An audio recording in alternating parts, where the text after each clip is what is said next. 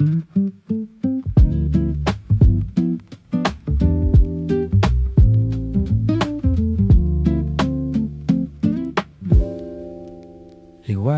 ng umaga, dahan-dahang pumapasok sa pagitan ng kurtina at tahimik na kwarto.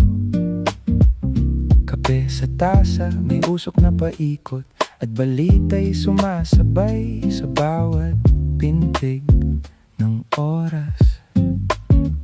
Sa pahinang binubuklat ng marahan, may kwento ng kahapon at ngayon. Hindi kailangang madaliin ang daloy.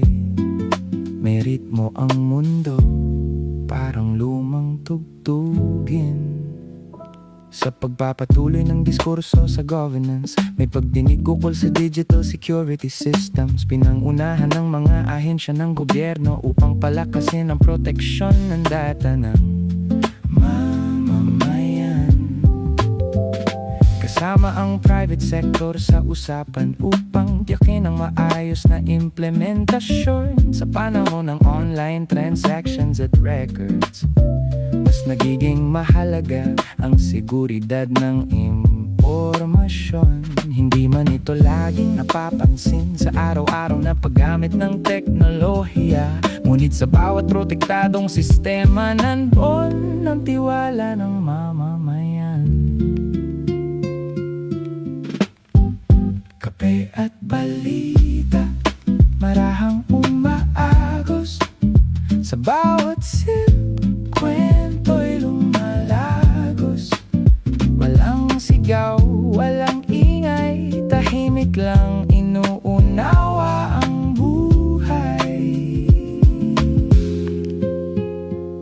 Sa ulat ng transport sector nitong linggo, may paggalaw sa presyo ng pamasahe, dulot ng adjustment sa fuel cost at rekomendasyon ng regulatory boards para sa mga commuter sa lungsod. Ito'y dagdag sa araw-araw na gastusin, kaya't may ipanawagan sa balanse sa pagitan ng kita at kakayahan ng publiko. Ang ganitong pagbabago sa sistema, hindi lang numero sa pasahe, kundi bahagi ng mas malawak na usapin, ang accessibility at sustainability.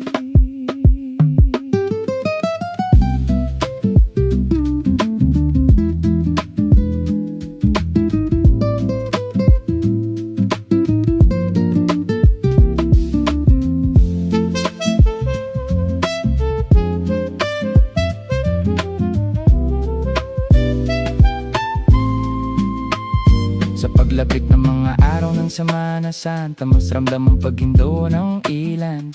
May mga prosesyon na inihahanda at tahimik na panalangin sa bawat tahanan. Hindi lang ito tradisyon ng nakaraan, kundi patuloy na paalala sa kasalukuyan, na sa gitna ng bilis ng modernong buhay, may lugar pa rin ang pagninilay. Sa simpleng paglalaan ng oras para sa sarili at sa kapwa, doon nabubuo ang koneksyon na hindi kayang palitan ng kahit ano. Kape at balita, marahang umaagos sa pagitan ng ingay at katahimikan ng lungsod. Sa bawat sip may paalala na ang mundo'y hindi kailangang madaliin. Sa larangan ng esports at digital competition, may Pilipinong koponan na muling umangat sa regional tournament sa Southeast Asia. Nagpakita ng diskarte at koordinasyon, habang sa traditional sports patuloy ang training camps ng national athletes bilang paghahanda sa mga darating na laban sa international stage na kanilang haharapin. Hindi lamang panalo ang sukatan, kundi ang patuloy na paghasa ng kakayahan. Sa bawat ensayo at laban, may kwento ng dedikasyon at pag-asa. Sa pinakahuling ulat ng panahon, may easterlies na patuloy ang impluensya. Mainit at maalinsangan sa Luzon, habang may pagulan sa silangang bahagi ng bansa. Sa Visayas at Mindanao may thunderstorms na maaaring magdulot ng panandaliang pagbuhos. Wala pang bagyong direktang papasok, ngunit nananatili ang pagbabantay sa bawat galaw na ulap at hangin. May epekto sa simpleng araw, kaya't sa bawat paglabas ng bahay may kasamang pag-iingat at pagtanaw sa